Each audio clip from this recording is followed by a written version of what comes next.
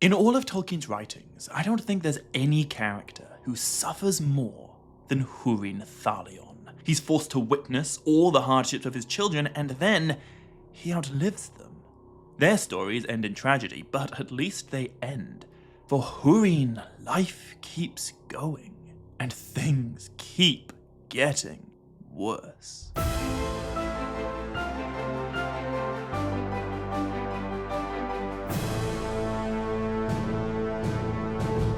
Maya Govan and Melanin, and welcome to the first episode in this new series explaining and breaking down Tolkien's epic First Age tale of the doom of Hurin, the shadow of his life, the fate of the father after all of his children have died. Much like the children of Hurin, the Wanderings of Hurin is not a happy story, but it is pretty epic, and it is very interesting, and it is absolutely crucial in setting up the final stage of the First Age. This story acts as a sort of hinge, connecting the tales that came before it to the last three spectacular stories of Beleriand, the final movements in the War of the Jewels. Hurin's actions in this story will lead directly on to an even cooler story about the Silmaril of Doriath and the fate of Eleuthingol's woodland kingdom. And when that story's told, we'll come to the astounding blockbuster that is the fall of Gondolin, the secret city. And after that, well, there's nothing left then but the War of Wrath and the end of the Elder Days. The First Age really is hurtling towards its conclusion. But before moving forward, I first want to very quickly take a look back at where Húrin came from and how he came to be in his current predicament when this story picks up. So, the first thing to say about Húrin Thalion, Húrin the Strong, is that in the words of Tolkien, he was the mightiest of the warriors of mortal men. Húrin isn't just some guy, he's the guy. He was born 14 years before the Dagor Bragolach, the Battle of Sudden Flame, in which the elven High King Fingolfin, that's Tolkien's coolest elf, died in, like, the most epically badass duel ever fought by any two people in any story ever told by anyone. And in that disastrous battle, Húrin's grandfather, Fingolfin's dear friend, Hador Lorindol, for whom the Manish House of Hador takes its name, was also slain. Fingolfin's eldest son, Fingon, became the new High King of the Noldor, and Húrin's father, Galdor the Tall, became the new chieftain of the House of Hador. Galdor ruled the Manish country of Dor-Lomin, and Fingon ruled the wider kingdom of Hithlum. However, despite being heir to the mighty House of Hador, Húrin, along with his younger brother Huor, were both children of two houses. Their mother was a lady from among the woodland-dwelling Haladin. Her father was the chieftain of the House of Haleth, which means Húrin and Huor were descended from both the chieftain of the golden-haired House of Hador on their father's side, and descended from the chieftain of the small and secretive House of Haleth, who dwelt in the silver birchwood of Brethiel, on their mother's side. That's going to be important in future episodes. And it's also important in Húrin and Huor's youth. As relatively young boys, they were both sent away from their ancestral home by their parents. Dor-Lomin lies pretty close to Morgoth's doorstep, and so instead they were raised by their mother's kin within the forest of Brethiel. However, Brethiel is not the most iconic of Húrin's childhood homes. When he was 16 years old and Huor was only 13, the forest was attacked by a warband of orcs. A company of woodmen defended Brethiel, and both Húrin and Huor went with them to join in the fighting. However, in the ambush, the brothers were cut off from the rest of their people. They fled together, pursued by the enemy, until eventually they found themselves at the ford of Brithiach, where we are told they would have been taken or slain. Except they weren't. Húrin and Huor were saved by the power of Ulmo, the valor of all waters, and a consistent friend to Morgoth's enemies. Thanks to Ulmo's magical mists, the brothers escaped the orcs and they fled together towards the sheer rock walls of the Chrysaegrim Mountains, which just so happens to be where the great eagles of Beleriand built their eyries. The brothers were lost. They knew no way home, but their king of the eagles, mighty Thorondor himself, took pity on the boys, and he commanded his brethren to bear them up and to deliver them from death, to carry them over the impassable mountains, and to bring them down into the secret vale where stood the hidden city, Gondolin, a place upon which no mortal man has ever laid eyes before. And so, thanks to a nudge from Ulmo, Hurin and Huor lived together as the only mortals in a city of immortals. They were guests of Gondolin's great king, Turgon, the second son of the late High King of the Noldor, Fingolfin, and the younger brother of the current High King, Fingon. For well nigh a year, Hurin and Huor learned the lore of the elves, and they developed a wonderful friendship with King Turgon, who we're told wanted to keep them in Gondolin out of love. However, this probably goes without saying, when it comes to, going out and doing things, mortals and immortals have very different perspectives. Elves can afford to wait long years, but men only get a little bit of life. And so, eventually, Hurin and Huor both beg King Turgon to let them go, to let them return to the race of men so they can take up their rightful places as heirs of the House of Hador. And reluctantly, Turgon agreed. But before the boys departed, first, each of them swore a binding oath. Never would they ever reveal the truth about Gondolin to anyone. The city's existence is a secret, and for Gondolin to survive, it must remain hidden. So, eventually, Hurin and Huor left Gondolin using the exact same method of transportation by which they arrived, the back of an eagle, and they returned to their father's realm of Dor-Lomin, where their friends and family believed they'd surely perished a year ago. Lots of people wanted to know, where the lads have been all this time, but neither one of them ever divulged the answer. Such was their oath to Turgon. Now, if we fast forward 13 years, we'll arrive at a very important turning point in Beleriand's history. By this time, Galdor the Tall was dead, and so Hurin Thalion was the new Lord of Dor-Lomin and the chieftain of the House of Hador. By now he had a wife, Lady Morwen of the House of Beor, and together they had 2 children, a son and a daughter. Tragically, the daughter died of an evil plague when she was only 3 years old, but by the time of this turning point, Morwen was pregnant with another daughter. The daughter that Hurin was destined never to meet. Because in the histories of Beleriand, the year 472 is remembered as the Year of Lamentation. It is the year of the Nirnaeth Arnoediad, the Battle of Unnumbered Tears. I have a whole trilogy of videos explaining this, so I'll only touch on the basics right now, but the most important thing to mention is that in this battle, Hurin was unspeakably epic. High King Fingon was slain, and it's a travesty. But his brother, Turgon of Gondolin, rode to war with a great company of knights, and their coming brought hope to the foes of Morgoth. It proved that Gondolin was more than just a myth. But their swords and their spears were not enough.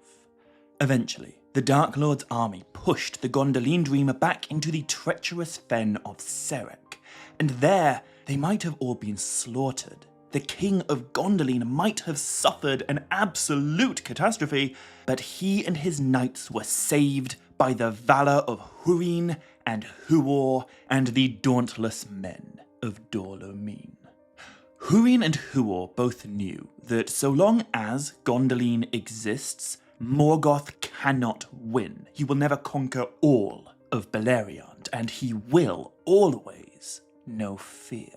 Protecting the secret of Gondolin's location matters more than any individual's life, and so Hurin sacrifices everything to ensure that the hidden city remains hidden.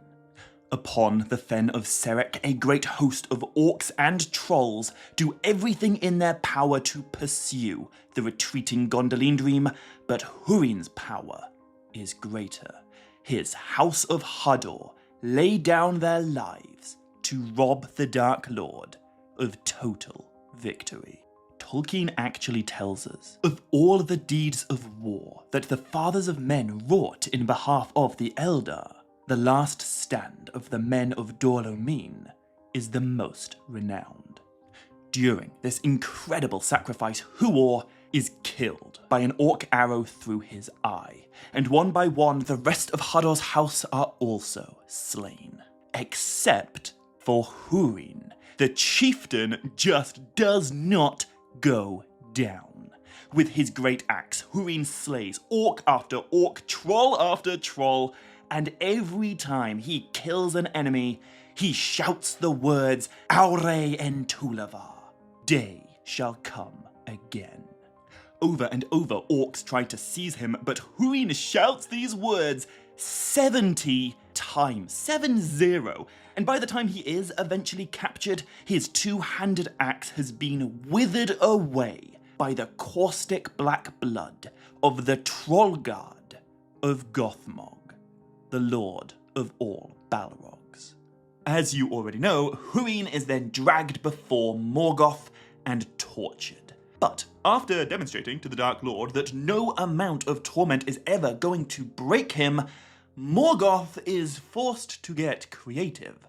So, Hurin is chained to a chair atop a peak of Thangorodrim. He is cursed, and he is magically forced to watch from afar all the misery and suffering and hardship that afflicts his family. And that misery is the plot of the Children of Hurin. However, in one of my videos explaining that story, I said something along the lines of the point of Morgoth's curse is the union of Hurin's children. In other words, Turin and Nianor's accidental incest is what Morgoth's curse was all about. But I think I kind of misspoke when I said that. The unborn child begotten of the children of Hurin is the most sinister part of Morgoth's curse, but the actual point of it, like the purpose, the thing Morgoth was trying to achieve with it, had nothing to do with Hurin's children and everything to do with his knowledge. Hurin knows where Gondolin is, or at least he knows the general area in which to look. He has the information that Morgoth needs to pull off his ultimate win. The curse is simply Morgoth's means of extracting said information. But it doesn't work. After 28 years chained to his chair, 28 years of being tortured by his children's suffering, his children eventually die. Morgoth's curse kind of comes to an end. Hurin had to witness their disasters, but now he's outlived them. And yet still he defies the Dark Lord. Still he keeps his oath to Turgon. So, 1 year after the deaths of Hurin's children, Morgoth does the most evil thing that he can think of, the most destructively hateful act available to him. He lets Hurin go. These 28 years really have taken their toll on our hero, and by the time he is set free, Hurin's mind has been poisoned by the malice of Morgoth. He's forced to know everything Morgoth knows, but lies were mingled with the truth, and all that was good was hidden or distorted. For he that sees through the eyes of Morgoth sees all things crooked. In other words, Hurin is released from Angband, but Angband remains in him. Everything he looks at will be seen through an evil light. His every thought will be misshapen by Morgoth's bitterness, and all of his deeds will end up advancing the Dark Lord's agenda. Make no mistake, there isn't a shred of mercy in any of this. But it is a big deal. After 28 years of hellish captivity, Hurin, now in his 60th year, is finally set free from his seat on Thangorodrim, and he is turned loose into Beleriand. For the first time since before his daughter Nienor was even born, Hurin sets off for home. Now, this is probably a good moment to take a very short break from the narrative and talk for a second about where this story comes from.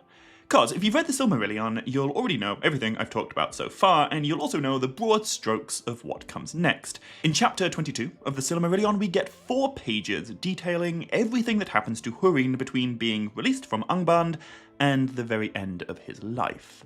However, 4 pages is not everything Tolkien wrote about Hurin's life after leaving his seat on Thangorodrim. He wrote quite a lot.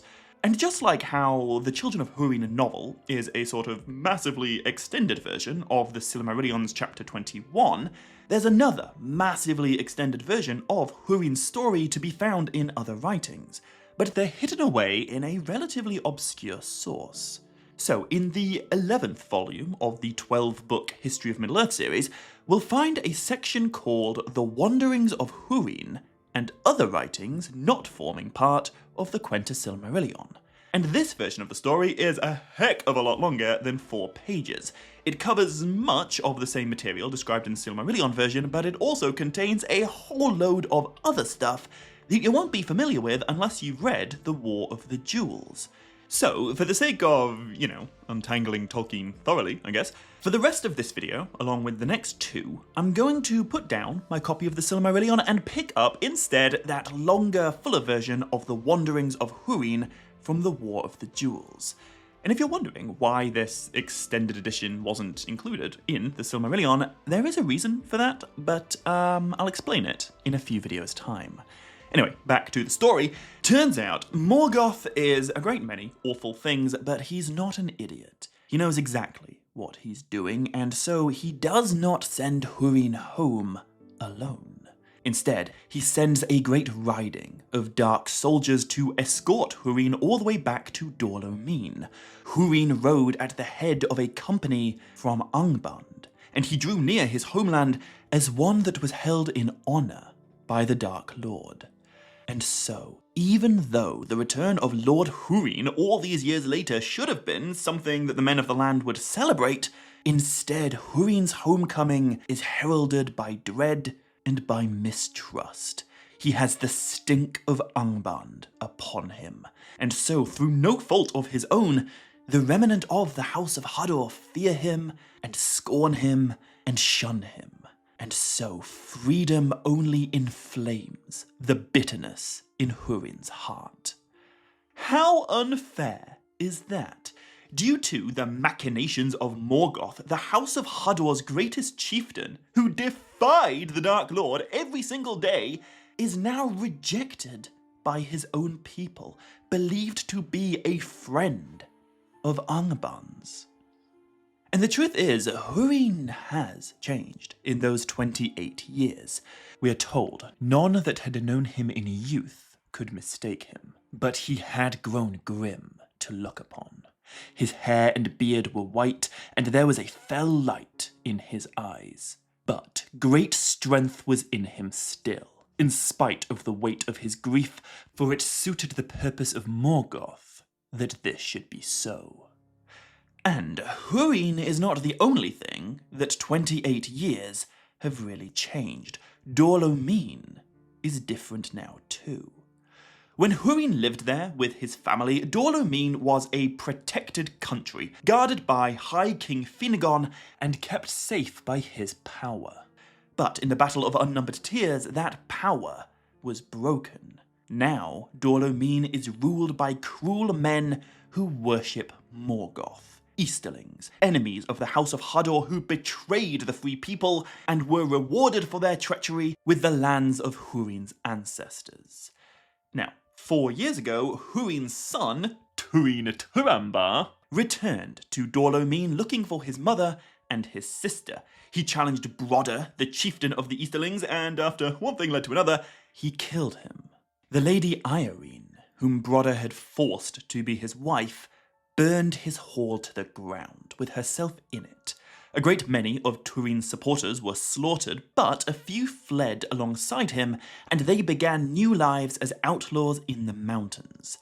And after Turin departed, we are told the Easterlings' persecution of the House of Hador turned even crueler than it had been before. This is the reality that Hurin finds upon his return. And with Brodder dead, the Easterlings now have a new chieftain, a guy called Lorgan. And I have two interesting things to say about him. Firstly, we're gonna meet Lorgan again in another First Age story, so try to file him away in the back of your mind somewhere. And secondly, 5 years before Hurin returned to Dor-Lomin, Lorgan decided he wanted a wife. And just like Brodder before him, he decided to force himself upon one of the local women of the House of Hador, the woman he chose, Hurin's 21-year-old daughter, Nienor. In the War of the Jewels, we are explicitly told, when Lorgan heard rumours of Nienor's beauty, they made him eager to take her by force. Let that sink in. Lorgan hasn't just usurped Hurin's homeland and his right to rule, he tried to take Hurin's daughter. And he would have succeeded if not for Hurin's wife. Tolkien tells us this event, Lorgan's lusting after Nienor, is the reason why Morwen finally fled Dor-Lomin and took her daughter to Doriath. He was such a nasty piece of work that even proud Morwen left behind her husband's homestead to go and live with the elves for a bit. Anyway, getting back to Hurin himself, after being scorned by his own people as some suspected Angband spy, he sets off into the highlands of Dor-Lomin, where he chances upon a small company of homeless outlaws. The very same men who'd followed Turin up there after his unsuccessful rebellion against the Easterlings 4 years ago. And the leader of these rebels is someone who we briefly met in that story, a guy called Asgon. It was Asgon who told Turin how brave and true the Lady Hurin was. It was Asgon who led Turin by strange paths to a hidden refuge where they waited out the rest of the fell winter. And it was Asgon who said the words, "Do not forget us. We shall be hunted men now, and the wolf folk will be crueler because of your coming. Therefore go, and do not return unless you come with the strength to deliver us." As you know, Turin did not return, but now his father has. And when Hurin meets Asgon, he learns the true tale of all that happened in Brodder's Hall. And Hurin says to Asgon, "Men are changed here. I desire no longer any lordship among them. I will leave this land and wander alone, unless any of you will go with me. For I have no purpose now, unless I find chance to avenge my son." As it goes, Asgon, along with 6 others, do agree to go with Hurin, and so he acquires a loyal band of 7 rebels to join his vengeful cause. And the very first place he takes them, the halls of Lorgan. Now, when Lorgan heard that Hurin and 7 outlaws were coming his way, his first reaction was abject terror. He gathered other Easterling chieftains and readied them for battle, but when Hurin arrived, he said, "Fear not. I should have needed no companions if I had come to fight." Instead, Hurin takes his leave of Lorgan, and he tells the Easterlings that since they've defiled his homeland, he no longer has a liking for it. He insults Lorgan and calls him a slave of Morgoth's, which, to be fair, is basically true. But Lorgan doesn't respond in the way one might expect. We are told he is more cunning and wicked than the other Easterlings, and he quickly guesses the purpose of his evil master. And so he calls Hurin friend, and he says, "I have done you no ill." To which Hurin responds, "Friend me not, thrall and churl. Of the Edain am I, and so remain. There shall be no friendship between mine and yours forever." The Easterlings draw their swords, but Lorgan restrains them. He understands Morgoth's malice, and so he says, "Go then, Greybeard, to evil fortune, for that is your doom. Folly and violence and self-hurt." To which Hurin replies, "Tol Akan. Vengeance comes. I am not the last of the Edain."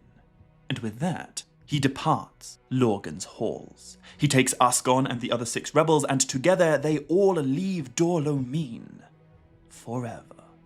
Now, just before I move on, I want to linger on those final words. Tol-Akan. Vengeance comes. Apart from being an incredibly badass way to end a conversation, they are also an excellent example of foreshadowing. Hurin does not know this, but 28 years ago, when his beloved brother Huor died valiantly upon the Fen of Serek defending King Turgon and his retreating Gondolin dream, he left behind a pregnant wife. Huor never met him, but he had a son. The children of Hurin had a cousin. And without wanting to get ahead of myself, that cousin is not only going to rub shoulders with Lorgan, he's also going to change Middle-earth forever. Hurin is right. He's not the last of the Edain. He's not even the last hero of the House of Hador. Tol-Akan. Vengeance is coming. Anyway, as Hurin and his rebels journey south over the mountains of Mithrim, Hurin looks east. And far off he sees the distant peaks of another great mountain range, the Chrysaegrim, the very place where Thorondor's great eagles rescued him and Huor 43 years ago. And as Hurin looks upon those mountains, his heart desires to look again upon the hidden city, to dwell again in Gondolin, a place where he'll be safe and healed and treated with honor. But there are two problems. Firstly, although Hurin knows the general area where Gondolin stands, he does not know how to get there. Last time he went, he was born in fear and wonder on the back of an eagle, and in mercy, his eyes were veiled.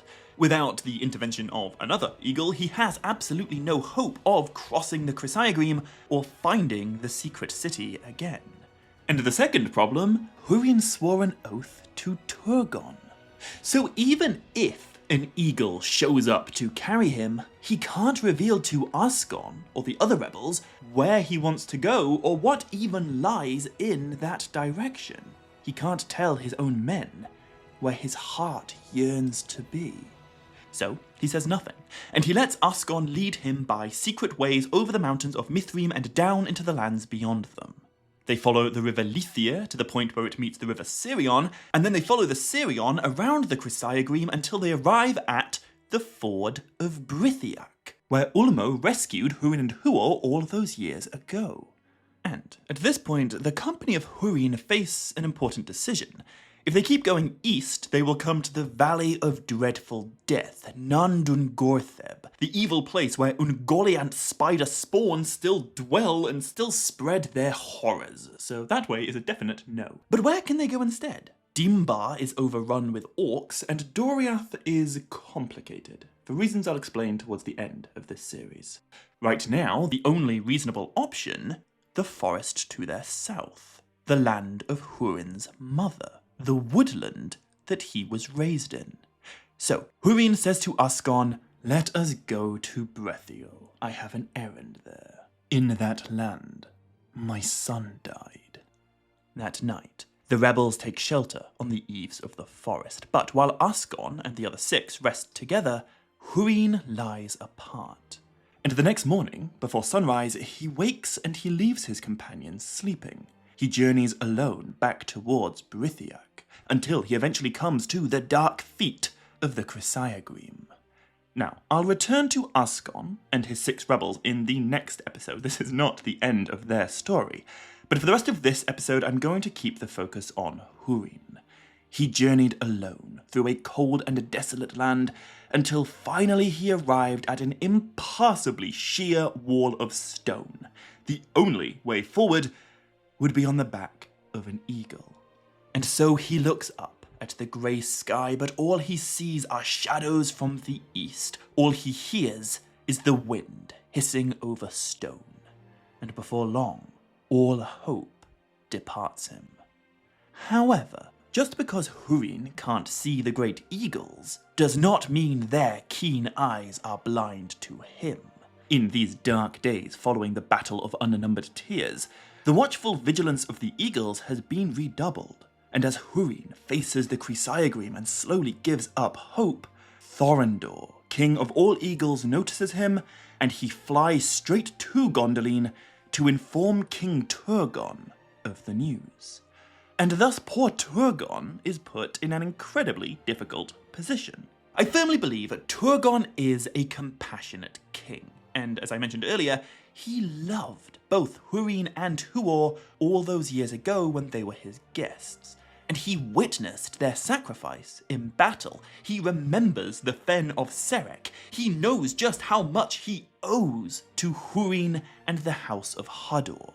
And yet, if Hurin is alive, if he's been set free from Angband, what does that mean for Morgoth's enemies? How can he trust the Dark Lord's jailbird? So what would you do? I guess it's a pretty classic moral question, isn't it? You know, should one pursue the greatest good for the greatest number? Or should they do what's right by the individual? Should Turgon risk losing the secrecy that's keeping his city standing and its population alive? Or should he abandon a friend to hardship and suffering? There isn't a correct answer. But when Thorondor asks the king for an answer, Turgon replies, "Your words bode ill. For they can mean only that even Hurin Thalion hath surrendered to the will of Morgoth. My heart is shut." And so Thorondor flies away, and Hurin remains alone, and Turgon sits long in thought and is troubled. He remembers the Fen of Serek. He remembers the House of Hador sacrificing everything for his people. And in time, he determines that he must change his mind. He must take the same risk for Hurin that Hurin took for him. And so, the heart of the king opens, and he summons another eagle to search for Hurin and to bring him home to Gondolin. However, tragically for Hurin, Turgon changed his mind too late. By the time the great eagles returned to the spot where Hurin had stood, he was no longer there, and they never saw him again, either in light or in shadow. But there's an even more bitter detail to talk about here, because just before Hurin departed the place where the eagles would have found him, first, in his grief and in his despair, he cursed the pitiless land.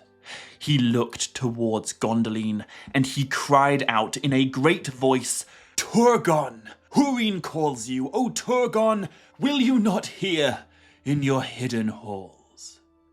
But no answer comes. Only the cold wind, and the setting sun, and the darkness that falls all about him. And yet there are some who hear, spying ears and prying eyes that belong to the enemy. From the very moment Hurin was set free, Morgoth's creatures have been watching him. They never engage, and they never let him see them, but they have been constantly there, constantly watching, constantly listening. And now they know where to look for Turgon's hidden halls. After 28 years, the curse of Morgoth has finally paid off. The hidden city has been found. Now, none of the Dark Lord spies can actually pass the encircling mountains without, swiftly becoming eagle food, so Morgoth still doesn't know, the precise coordinates of Gondolin, but he knows where to look.